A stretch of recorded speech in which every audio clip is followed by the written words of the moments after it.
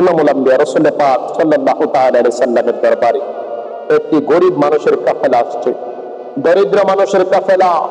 হুজুর, আমরা খুবই দরিদ্র, আমাদেরকে আর্থিকভাবে শস্য দিয়ে, কিছু খেজুর দিয়ে, কিছু গম, জব দিয়ে, কিছু গম দিয়ে যদি আমাদেরকে সহযোগিতা করতেন, আমরা আমাদের সন্তানদেরকে নিয়ে সুন্দরভাবে জীবনযাপন করতাম। রাসূল পাক সাল্লাল্লাহু তাআলা আলাইহি ওয়াসাল্লাম হযরতে আবু হুরায়রা রাদিয়াল্লাহু তাআলা আনহুকে বললেন, হে আবু হুরায়রা, যাও মদিনার ভিতরে ঘুরে দেখো কারো কাছ থেকে কিছু কর্জ সংগ্রহ করা যায় কিনা। যদি সংগ্রহ করতে পারো তাদেরকে দিয়ে দাও। যার কাছ থেকে কর্জ সংগ্রহ করবা তাকে বলবা 1 মাসের ভিতরে আমরা দিয়ে দিব। হযরত আবু হুরায়রা রাদিয়াল্লাহু তাআলা আনহু আর দেরি না করে মদিনার গলি দিয়ে হাঁটতে আরম্ভ করলেন। প্রতিমধ্যে হযরত আবু হুরায়রা রাদিয়াল্লাহু তাআলা আনহু ইহুদিদের মহাপণ্ডিত, মহাজ্ঞানী, মহাআলেম হারেসের সাথে দেখা হয়ে গেল। হারেস বলতেছেন, হে আবু হুরায়রা, হে আবু হুরায়রা, তোমাকে পেরেশান মনে হচ্ছে, টেনশনে আছো, কি সমস্যা আমাকে বলো। আবু হুরায়রা রাদিয়াল্লাহু তাআলা আনহু বললেন যে আমাদের ইমামুল আম্বিয়া রাসূল পাক সাল্লাল্লাহু তাআলা আলাইহি সাল্লাম আমাকে পাঠিয়েছেন কিছু অসহায় গরিব মানুষ আসছে, তাদেরকে সাহায্য করার জন্য উনি আমাকে পাঠিয়েছেন কিছু কর্জ করে কিছু জব, কিছু খেজুর, কিছু গম সংগ্রহ করার জন্য। আমি এই জন্য কর্জ করার জন্য আমি বের হয়েছি। ইহুদি আলেম মনে মনে ভাবলেন যে মুহাম্মদ সাল্লাল্লাহু আলাইহি ওয়াসাল্লাম নবী, তা আমাদের কিতাবে প্রমাণিত।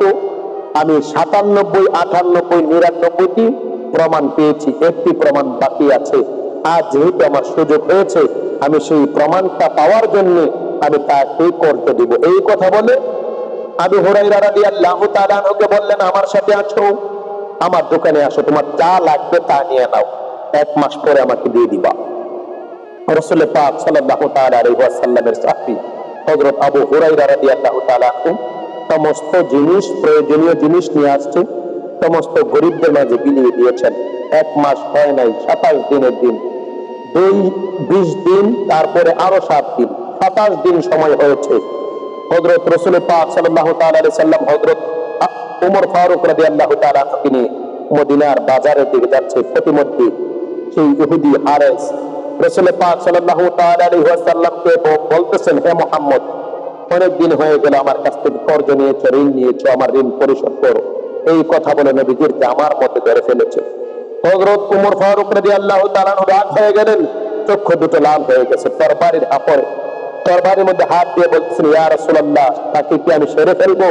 নবীজি বলতেছেন, না না না, সম্ভব না, এই কাজ তুমি কখনো করবা না। সে আমাকে কর্জ দিয়েছে, ঋণ দিয়েছে, সে আমার কাছে পানাদার, তার কাছে আজিজ শহীদ, আজিজ শহীদ, তার সাথে কথা বলো, তুমি আমাকে বলো ইয়া রাসূলুল্লাহ, ইয়া হাবিবাল্লাহ, তার ঋণ কিভাবে আমরা পরিশোধ করবো?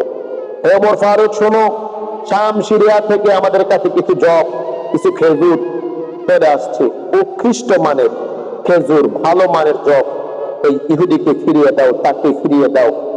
যেই পরিমাণ আমাদেরকে দিয়েছিল সেই পরিমাণ উৎকৃষ্ট মানের জিনিস ফিরিয়ে দাও, তাকে উৎকৃষ্ট মানের জিনিস ফিরিয়ে দেওয়ার পরে রাসূল পাক সাল্লাল্লাহু তাআলা আলাইহি ওয়াসাল্লাম হযরত ওমর ফারুক রাদিয়াল্লাহু তাআলা আনহুকে বললেন, আরো কিছু তাকে অতিরিক্ত দাও, কেননা তুমি তাকে শাসিয়েছো, তুমি তার সাথে তুমি শাসিয়েছো, তার সাথে তুমি রাগান্বিত ভাবে কথা বলেছো, এই জন্য তাকে আরো কিছু অতিরিক্ত দিয়ে দাও। হারেস এই ঘটনা দেখে বলতেছেন, হুজুর, আমি 99টি পরীক্ষা আপনাকে আমি পাশ করিয়েছি, পেয়েছি, একটি পরীক্ষা আমার বাকি ছিল, সেই পরীক্ষা তো আমি সাকসেস হয়েছি। আপনি সেই পরীক্ষাতে আমাকে দণ্ড করেছেন, আর দেরি না করে এখনই আমাকে পড়িয়ে দেন লা ইলাহা ইল্লাল্লাহু মুহাম্মাদুর রাসূলুল্লাহ সাল্লাল্লাহু তাআলা আলাইহি ওয়াসাল্লাম। রাসূল পাক সাল্লাল্লাহু তাআলা আলাইহি ওয়াসাল্লাম বললেন যে এই ইহুদি আজ থেকে তোমার ভাই ওমর ফারুক রাদিয়াল্লাহু তাআলা আনহু বললেন, ইয়া রাসূলুল্লাহ,